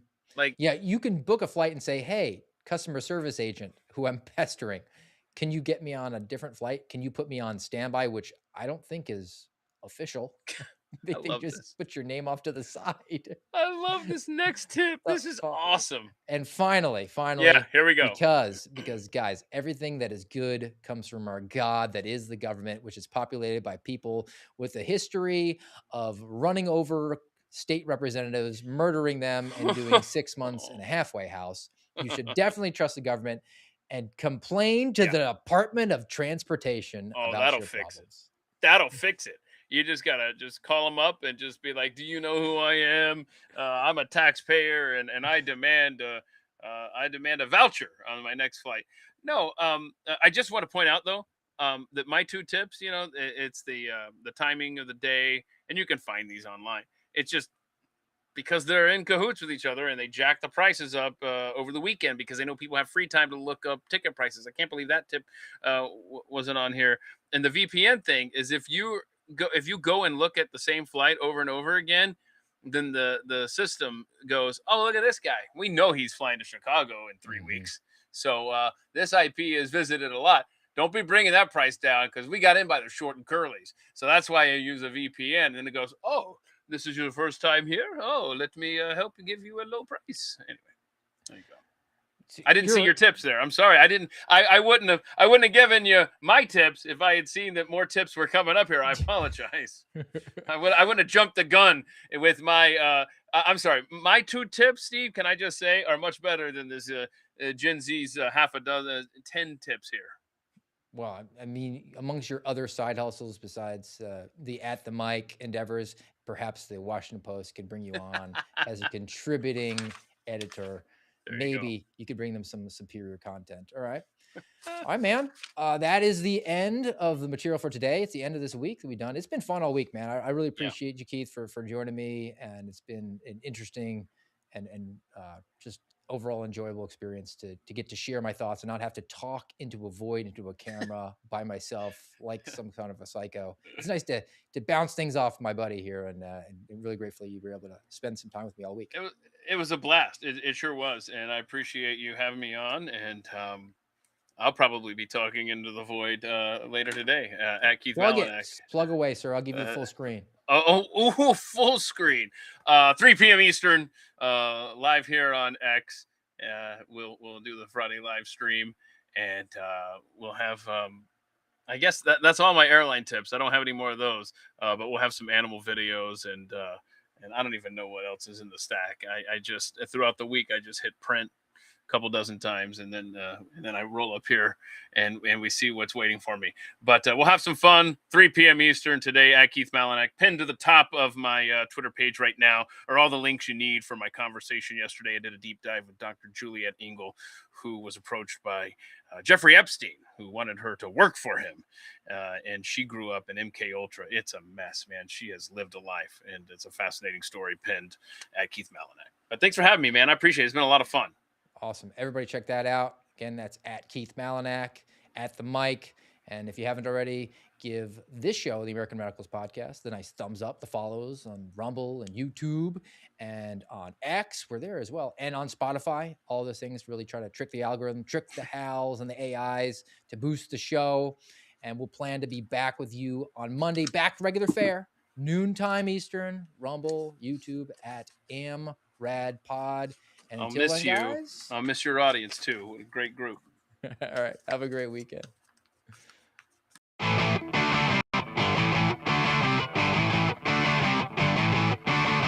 You've been listening to the American Radicals Podcast. Find us on YouTube, Rumble, and X at AmRadPod.